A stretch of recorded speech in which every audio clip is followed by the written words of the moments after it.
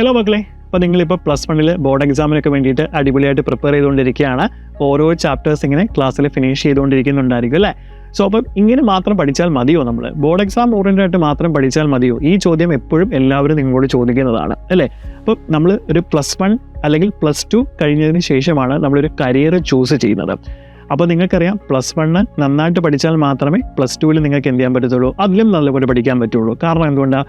+1 മിക്ക ചാപ്റ്റേഴ്സും +2 നമുക്ക് വീണ്ടും അതിൻ്റെ ഹയർ ലെവൽ പഠിക്കാനുണ്ട്. ഇനി നിങ്ങൾ നല്ലൊരു എഞ്ചിനീയർ ആകാൻ ആഗ്രഹിക്കുന്ന ഒരു വ്യക്തിയാണെന്നുണ്ടെങ്കിൽ ഡെഫിനറ്റ്ലി നിങ്ങൾ എന്ത് ചെയ്യണം?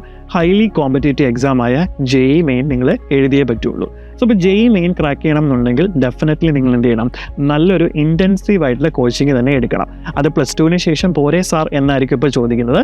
+2 ശേഷം പോരെ എന്ന് ചോദിച്ചു കഴിഞ്ഞാൽ മതി, പക്ഷെങ്കിൽ അത് നിങ്ങളുടെ ഒരു വർഷവും കൂടെ എന്ത് ചെയ്യും? വെറുതെ നിങ്ങൾക്ക് നഷ്ടമാവും. അതിന് പകരം +1 +2 തന്നെ നമ്മൾ എൻട്രൻസിന് പഠിക്കുകയാണെങ്കിൽ നിങ്ങൾക്ക് ആ ഒരു വർഷം ലാഭിക്കുകയും ചെയ്യാം. ഒറ്റ ചാൻസ് തന്നെ നിങ്ങൾക്ക് എന്ത് ചെയ്യാം? JEEക്ക് അഡ്മിഷൻ നേടുകയും ചെയ്യാം. അപ്പോൾ നിങ്ങൾ ആലോചിക്കും, ഇപ്പോഴേ ഇതിനെ തുടങ്ങുന്നത് +2 ആകുമ്പോഴത്തേക്കിന് പോരെ എന്ന് തോന്നും. പക്ഷേ അല്ല, നമുക്കറിയാം +1 തന്നെ നിങ്ങൾ ഇൻറ്റൻസ് ആയിട്ട് ആ ചാപ്റ്ററുകളുടെ കോൺസെപ്റ്റ് നന്നായിട്ട് തന്നെ JEE ഓറിയൻറ്റഡ് ആയിട്ട് പഠിച്ചാൽ മാത്രമേ +2 ചാപ്റ്ററുകൾ നിങ്ങൾക്ക് എന്ത് ചെയ്യാൻ പറ്റുള്ളൂ? എൻട്രൻസ് ഓറിയൻറ്റഡ് ആയിട്ട് പഠിക്കാൻ സാധിക്കുകയുള്ളൂ. അപ്പോൾ ഇതിൽ നിന്ന് എന്ത് മനസ്സിലായി? +1 തന്നെ നിങ്ങൾ എന്ത് ചെയ്യണം? നിങ്ങളുടെ JEE പ്രിപ്പറേഷൻ സ്റ്റാർട്ട് ചെയ്യേണ്ട സമയമായിരിക്കുന്നു. സോ നമ്മുടെ സമയം ഇങ്ങനെ പൊയ്ക്കൊണ്ടേയിരിക്കുകയാണ്. സോ നിങ്ങൾക്കറിയാം 2026 JEE മെയിൻ്റെ എക്സാം എന്ന് പറയുന്നത് ഫസ്റ്റ് ഫേസ് ഈ ജനുവരി മാസമാണ് നടക്കാൻ പോകുന്നത്. അപ്പോൾ നിങ്ങൾ ഇതേപോലെ തന്നെ അടുത്ത വർഷം എന്ത് ചെയ്യും? അടുത്ത വർഷം നിങ്ങൾ +2 സോ +2 കൂടെ തന്നെ നിങ്ങൾക്ക് ജനുവരി മാസത്തിൽ എന്ത് ചെയ്യാൻ പറ്റും?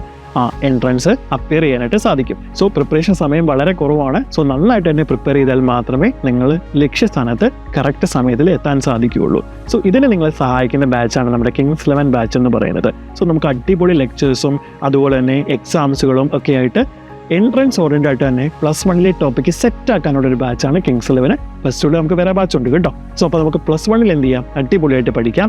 സോ അപ്പോൾ നിങ്ങൾ കിങ്സ് 11 ബാച്ചിൽ ജോയിൻ ചെയ്യുക.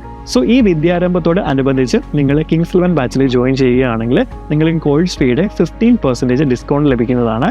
സോ ഈ ഡിസ്കൗണ്ട് അവൈൽ ആകാൻ വേണ്ടിയിട്ട് നിങ്ങൾ ഈ ബാച്ച് പർച്ചേസ് ചെയ്യുന്ന സമയത്ത് VDM15 എന്ന് പറഞ്ഞ കൂപ്പൺ കോഡ് യൂസ് ചെയ്യുകയാണെങ്കിൽ നിങ്ങൾക്ക് ഈ ഓഫർ കിട്ടുന്നതാണ്. സോ എത്രയും പെട്ടെന്ന് തന്നെ സമയം കളയാതെ നിങ്ങൾ ബാച്ച് പർച്ചേസ് ചെയ്യുക. നമുക്ക് ഈ വിദ്യാരംഭത്തോടു കൂടി അടിപൊളിയായിട്ട് പഠിച്ചു തുടങ്ങാം. All the best.